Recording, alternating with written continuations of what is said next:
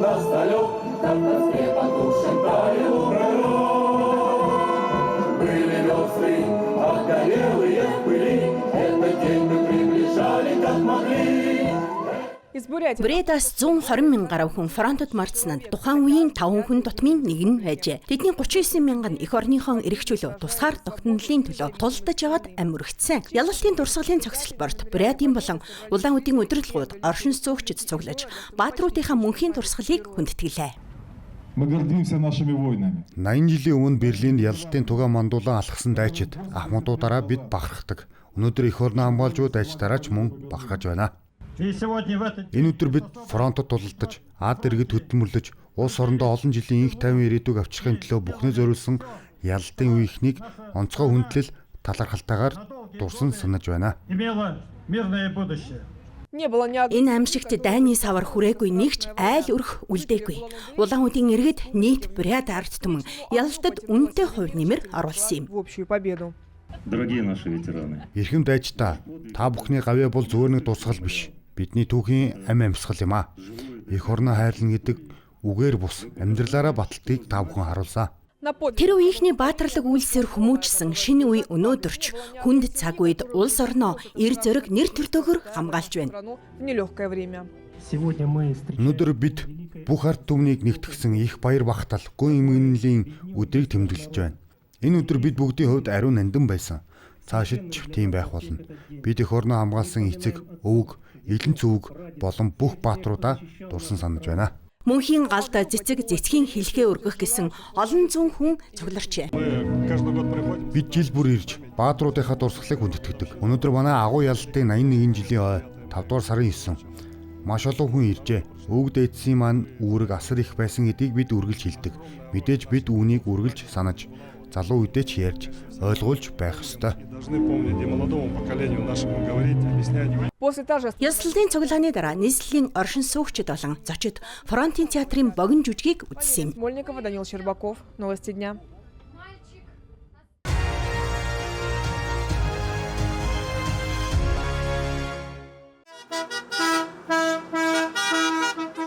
Аваданы баатруудын хөрөг туг далбаагаар чимнэлсэн 10 гаруй автомашин хотын төв гудамжаар явлаа. Энэ бол мөнхийн авто хороо юм. Бид авгаа эх орны дайны ялалтын 81 жилийн ой зориулсан мөнхийн авто хороо автоцувааг зохион байгуулж байна. Энэ бол мөнхийн хороо хөдөлгөөний нэг хэлбэр. Жил бүр уламжлалт болгон зохион байгуулдаг автоцуваа юм а.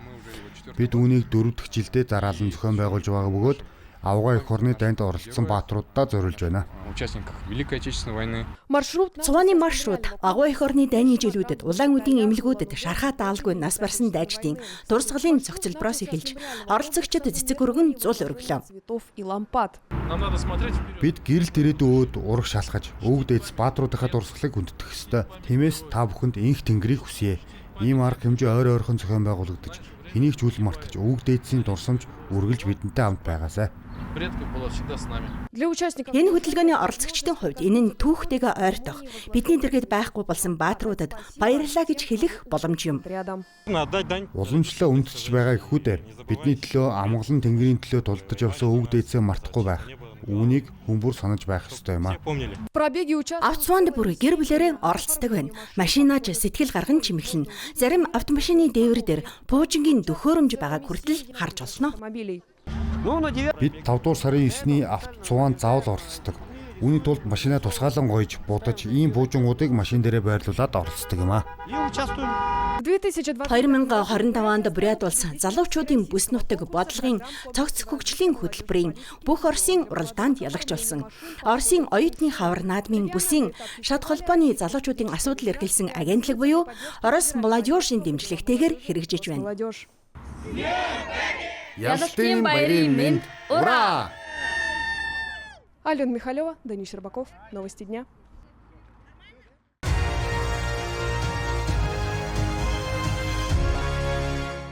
В первую очередь я бы Юуны өмнө намайг дэмжсэн хүн бүхэнд талархмаар байна. Би тэр дэмжлэгийг мэдэрч байсан. Миний хувьд энэ маш үнцэнтэй төрсөн нутгийн минь дэмжлэг шүү дээ. Одоо хамгийн түрүүнд байгаль нуур очих байх. Учир нь тэндэл үнэхээр хүч авдаг газар минь юм. Надад маш их тус болтгоо. Место силы, правда, оно мне помогает. Вся страна болела. Варвара Ворончиханаг улс даяараа хөгжөөнд дэмжсэн. Мөн тэрнийг 7000 км-ийн цаана төрсөн Байкалск хотод нь онцгойлон дэмжиж байла. Жухам тэндээс тамирчны их ялалтын зам эхэлсэн юм. Тамирчны зам амар байгаагүй. Гарын асуудлаас болж бэлтгэл хийхэд хүнд байсан ч Варвара энгийн тамирчидтай эн тэнцвэх хичээлж байв. Гэсэн ч тэр тэсвэр хатуужил гаргаж амжилт үзүүлж эхэлжээ. Дэлхийн цом болон бусад томоохон гараанууд араараасаа үргэлжилсэн. Амьдралынх нь хамгийн гол тэмцээнд оролцох боломж тэрэнд амар олдоогүй нь илт. 2018 онд насаараа хүрэхгүй байсан бол 2022 онд Бээжинд тэргүүлэгчийн статустай очсон ч Оросын шигшээ багийг тэмцээнээс хассан шийдвэртээ тулгарсан. Гэсэн ч 4 жилийн дараа Оросын тамирчдыг төрийн дуулалт албаатайгаар Паралимпийн наадамд буцаан оролцуулжээ. Ингээд 2 алт, 1 мөнгө, 1 хүрэл медаль хүртсэн юм. Анхны алтан медалийн дараах сэтгэл хөдлөлөө тэрээр амьдралынхаа хамгийн ажиргалтай мөчүүдийн нэг гэж одоо ч дурсдаг. Паралимпийн авраг болсныхаа дараагаар хамгийн ойр дотны хүндээ шууд хандсан юм. Ээжээ чадлаа штэ гэсэн үг энэ дэлхийн спортын хэвлэлүүдээр тархсан билээ. Фраза, которая облетела все спортивные медиа мира. Я поняла, что я... Би ялснаа ойлгосон. Тэр мөчид энэ сэтгэл хөдлөлөө хамгийн түрүүнд ээжтэйг л хуулцмаар санагдсан. Учир нь ээж минь миний хамгийн том дэмжлэг дүшиг тулгаар тэр надад өргөлж тусалж намайг хайрлаж ирсэн. Тухайн үед миний бодолд ээж л байсан. Ээж минь үзэж байгаа. Энэ мөчийг настай хамт харж хамт мэдэрч байгаа гэж бодсон. Мама, что она смотрит, она видит этот момент. Вместе со мной разделяет. Заниматься Варвара. Варвара анх Юрий Пешковын удирдлагад бэлтгэл хийж эхэлжээ. Дасгалжуулагч нь энэ оны 3 дугаар сард Италиас шууд дамжуулсан тэмцээнийг үзэхдээ шавийнхаа төлөө ихэд догдолж санаа зовж байснаа ярьсан юм. Тэрээр хошигнон хэлэхдээ дэндүү их сэтгэл хөдлөлтөй үзсэн болохоор хуршууд нь түргэн тусламж дуудах шахсан ч азар гайгүй өнгөрчээ. Шавийнхаа амжилтын шалтгааныг дасгалжуулагч нэг үгээр тодорхойллоо. О причинах успеха. Прежде всего характер, конечно. Юуны өмнө маш хүчтэй зан чанартай гэдгийг хэлмээр байна. Биеийн тамирын бэлтгэл маш сайн, маш хөдөлмөрч, багада дугуй ундаг, усан сэлдэг, хөл өмбөг, сагсан өмбөг тоглодог байсан охин. Их хөдөлгөөнтэй охин байсан юм а. Нэрхүүгийн нисэх онгоцны буудалд Варвара Ворончиханаг анхны дасгалжуулагч болон бүс нутгийн засгийн газрын төлөөлөгчдийн хамт эрхэм мужийн амбан захирагч Игорь Кобзев өгтөн авлаа. Тэрээр тамирчны амжилт Байкалск хотод уулын цааны спортыг хөгжүүлэх шинэ эхлэл болох ёстойг онцлов. Бид өнөөдөр мундаг тамирчиндаа хэрхэн талархах вэ гэж их бодлоо.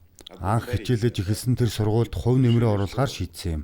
Бид хамтдаа тэр сургуулийг тэр дундаа санхүүгийн хувьд дэмжих боломж бүрдүүлэх ёстой. Поддержать эту школу. А у самой Варвары... Харин Варвара Ворончиханагийн хувьд удаан хүлээсэн амралт нь эхэлж байна. Амралтын дараа тэрээр дахин бэлтгэлд орно. Тэрний төлөвлөгөөнд Паралимпийн дараагийн мөрчлөг багтаж байгаа. Варвара 2030 онд Францад өөрийн төвшөнд дахин батлах зорилготой байна. Программа «Середина земли», Иркутск.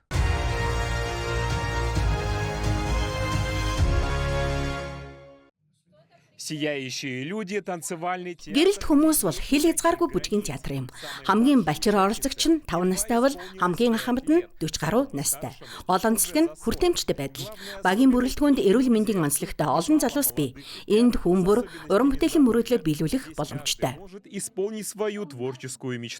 Ээж маань ч багасаа бүжиг тэгдэлтээр хичээлсэн.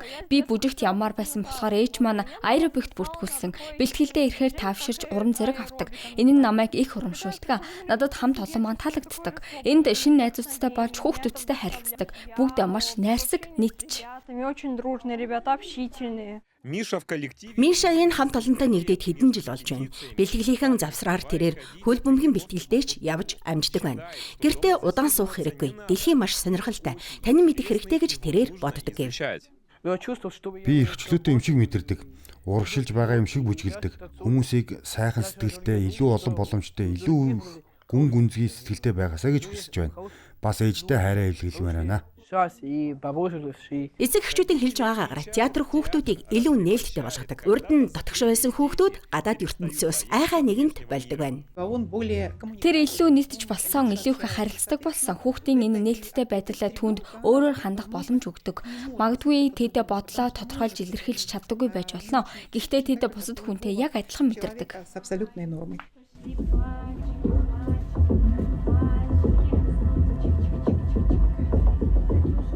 режиссеры. Жүжигийн найруулагч, тавилтын баг нь мэрэгжлийн жүжигчид, хувцас тайзны заслыг жинхэнэ уран бүтээлчид хийдэг. Тэдний хувьд инклюзив театр бол юуны өмнө бусдыг ойлгож сурах хобби юм. Сүүлийн үеийн нэгэн бүтээл болох зүрх залхигч жүжигэн хүн сонголтын өмнө ирсэн зураачийн тухай өгүүлнэ. В конечном счете вопрос. Эцэст нь тэр зураач өөрөө бусдын сэтгэлийг залгигч тэр бүдүүн аимшигтай амьтан болохгүй гэж юу? Энэ бол бидний хувьд ч том асуулт байх. Уран бүтээл бидний хамт олондоо хардаг шигээ цэвэр ариун хэвээр үлдээж чадах уу? Энэ бол юуны өмнө харилцаа юм. Это в первую очередь именно общение. Гэрэлт хүмүүсийн театрын улирал эхэлж байна. Магадгүй бид ч бас тэднээс суралцах зүйлтэй байхаа.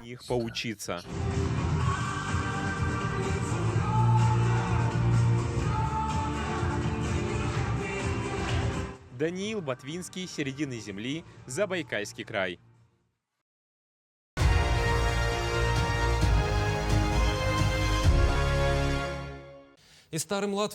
Том жижиггүй бүгд оролцлоо. Якутск хотод Шатар даамны 15 дахь удаагийн тэмцээн эхэллээ. Ахмад дайчин Наум Трифанович Слепцовын нэрэмжит шагналын төлөх энэ тэмцээнийг жил бүр 5 дугаар сарын 9-ний тохиолдуулан зохион байгуулдаг. Сонирхолтой нь оролцогчдын тоо ялалтын ойн жилийн тоотой яг тэнцүү байдаг. Тухайлбал энэ жил тэмцээнд 81 хүн оролцож, тэдний дунд их маструуд ч багтжээ. Хамгийн гол нь тэмцээнд насны хязгаар гэж үгүй.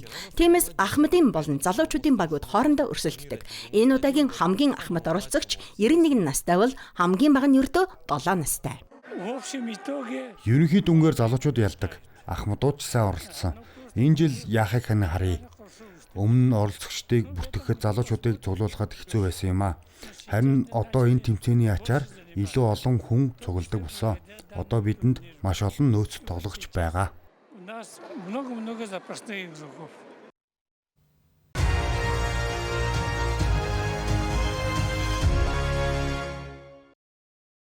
Загтал бичгээс эхлээд кофе захиалах хүртэл өнөөдөр Хятадд хиймэл оюуныг өргөн дэлгэр ашиглаж байна. Харин энэ бүхнийг хангаж байгаа тооцоолын хүчин чадал хэдэн мянган километрийн цаана Гансу мужийн Циньян хотын дата төвүүдэд төвлөрчээ. Серверүүд дэлхийн өнцөг булан бүрээс ирэх хүсэлтийг боловсруулан 24 цагийн турш бүрэн хүчин чадлаараа ажиллаж байна. Манайхыг маш олон компани ирж танилцсан сонирхож захиалга өгч байна. Энэ онд бид 22 дата төвийн барилгын ажлыг эхлүүлж нийт хүчин чадлаа 200 мянган петафлопоос давуулах зорилттой тавьж байна.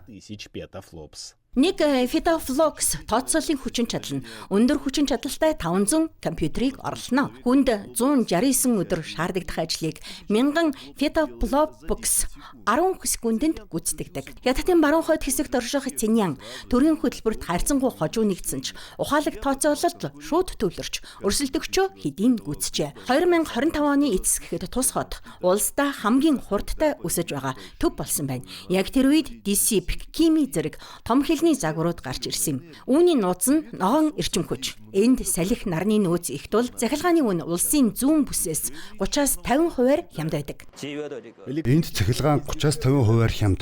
Дундаж дата төвд сард 10 сая орчим киловатт цаг цахилгаан хэрэглэдэг. Тэгэхээр жилдээ 30-50 сая юанийн хэмнэлт гарна. Үнийн энэ давуу тал орон нутгийн эдийн засгийг илхнээ өөрчилж байна. Чип үйлдвэрлэгч томоохон компаниуд болон хиймэл оюуны салбарын тэргүүлэгчдийг багтаасан 500 технологийн компани энд хэдийн суурьшжээ. Одоогоор бид энд хиймэл оюун зориулсан дотоодын 20 мянга гаруй хурдсуур картыг байрлуулад байна. Ирэх жилүүдэд түншүүдтэйгээ хамт кластеруудаа үргэлжлүүлнэ. Эдгээр хиймэл оюуны загвараа дэлхийн түвшинд гарахын хэрээр тооцооллын сүлжээний үнц нь эрчимтэй өсөж байна. Энэ бол өгөгдөл хадгалагдахаас оюун ухаан экспортлох шат руу шилжиж байгаа хэрэг юм. Эдгээр тооцооллын хүчин чадлыг хямд цахилгаанаар хангаж байгаа нь бидэнд үнийн том давуу тал өгч байгаа. Гадаад руу үйл ажиллагааг тэлэх эсвэл дэлхийн хэрэглэгчдэд үйлчлэгээ үзүүлэх хэсгээс үл хамааран бид үндсэндээ энэ үнцнийг дэлхийд даяар экспортлж байгаа. Эдийн засгийн үзүүлэлтүүд ч гайхалтай. Эрчим хүчит зарцуулсан 1 юан токен үйлчилгээг борлуулахад 22 юаны нэмэн өртөг болж хувирдаг. 15 дугаар 5 жилийн төлөвлөгөөний хүрээнд Хятад улс дэвшилтэд дэд бүтцэд онцгой анхаарч байна. Циньян зэрэг баруун бүсийн төвүүд энгийн дата агуулгаас өндөр ашигтай ухаалаг үйлдвэрлэл болон өөрчлөгдөж байна. Бид энгийн тооцооллын төвөөс бүхэл бүтэн экосистем рүү шилжиж байна. Гол чиглэлүүд нь аж үйлдвэрийн загварчлал, нам өндрийн эдийн засаг, жолоочгүй тээвэр болон биет хиймэл оюун юм. Харин ногоон эрчим хүч хятадын баруун бүсийг токен үйлдвэрээс дэлхийн тооцооллын үйлчилгээний хаб болгож байгаа. Гэхдээ зөвхөн хүчин чадал хангалтгүй, хүний нөөц хэрэгтэй. Энэ асуудлыг шийдэхийн тулд орон нутгийн коллежууд хиймэл оюуны сургалт нээж, Сиан зэрэг технологийн төвүүдтэй хамтран ажиллаж байна.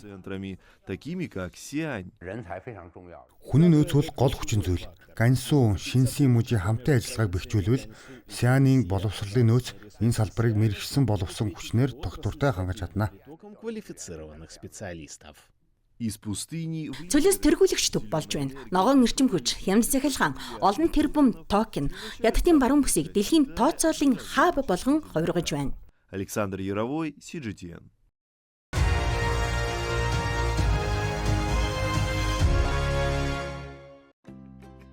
Гүзээлзэг нь угийн арчилгаа их шаарддаг ургамал халуун хуурайшилтад тэсвэр муутай тул ихэвчлэн 11-ээс 5 дугаар сар хүртэл хугацаанд гардаг улирлын жимс гэж тооцогддог. Харин Хятадд хэрэгжүүлж байгаа шинэ ухаалаг хөдөө аж ахуйн төслийн ачаар энэ жимсийг одоо жилийн турш ургуулах боломжтой болжээ. Төлөвлөлт зөвшөөрлөөс эхлээд барилгын ажил хүртэл ухаалаг жимсний цогцлборыг ердөө 1 жилийн дотор байгуулж чадсан. Энэ нь Шанхай орчин үеийн хөдөө аж ахуйн хөгжлийн 12 бүсийн нэг болох Байхэ хөдөө аж ахуйн кластерт барилдаг юм а. Агро зохицолбор 12 мянган ам метр талбай эзэлдэг. Үүнээс 3456 ам метрийг ухаалаг шилэн хүлэмжит зориулсан. Объектыг 2026 оны 1-р сард ашиглалтад оруулсан. Гол анхаарлыг өндөр технологийн тариалалт, дижитал ухаалаг удирдлага болон үйлдвэрлэлийн бүх сүлжээг нэгтгэхэд чиглүүлж байна. Төслийн үндэс нь хиймэл оюунд суурилсан гүзээлзэг нь ургуулах шийдвэр гаргалтын систем юм. Энэ систем температур, гэрэлтүүлэг, чийгшрэл, агаарын чанар, шин тэжээл болон ургамлын өсөлтийн талаарх мэдээллийг бодит цагт цуглуулдаг. Гүзээлзэгний бутнууд өдөр бүр 10-аас 12 цагийн нарийн тунтай гэрэлтүүлэг авдаг тул хурдан ургадаг байна. Энэ төсөлд 8 давхар босоо тариалалтын систем ашиглаж байгаа. Энэ нь тариалалтын газрыг хэмнэж, орон зайг үр ашигтай ашиглан, уламжлалт хөдөө аж ахуйтай харьцуулахад бүтээмжийг 15 дахин нэмэгдүүлдэг. Бүрэн хүчин чадлаараа ажиллахад жилд 50 тонн өндөр чанартай гүзээлзэг нь ургуулж, бүтээгдэхүүний үнэт нь жил бүр 10 сая орчим янд хүрнэ. Өдгөө ухаалаг агро үйлдвэрт Синья, Пенью, Байхэ Лижен зэрэг хэд хэдэн сортын гүзээлзэг ургуулж байна. Шинэхэн жимсний эхний ургац энэ оны 6 дугаар сарын 2 дугаар хагаст худалдаанд гарна. Бид төрийн удирдлага, бизнесийн манлал, зах зээл чиглэсэн гэсэн 3 үндсэн зарчимд суурилсан загварыг хэрэгжүүлсэн. Одоогийн зах зээлийн эрэлт маш өндөр байна. Бид урьдчилан захиалгуудыг биелүүлэхээр ажиллаж байгаа бөгөөд бүтээгдэхүүнийг дээд зэрэглэлийн сегментэд ажилладаг хэд хэдэн дистрибьютор аль хэдийн урьдчилан худалдаа авсан байгаа. Байхэ суурин Хятадын гүзээлзэгний нийслэл гэсэн нэр хүндээ баттгажээ. Тэнд 3.8 гаруй ам дөрвөлжин км тариалангийн талбай байрладаг бөгөөд гүзээлзэгний жилийн үйлдвэрлэл бараг 10,000 тоннд хүрдэг. Шанхай зах зээлд нийлүүлэгддэг Хятадд үйлдвэрлэсэн нийт гүзээлзэгний 3/1 нь энэ сууринаас ирдэг байна. Эний зэрэгцээ Шанхайд 4 ухаалаг агро үйлдвэрийг ашиглалтад оруулсан нь мөн нэмж барьж байна. Төлөвлөгөөний дагуу 2028 оны эцэст тус зүүн бүсийн мегаполист ийм төрлийн дор хаяж 10 төсөл хэрэгжих юм а.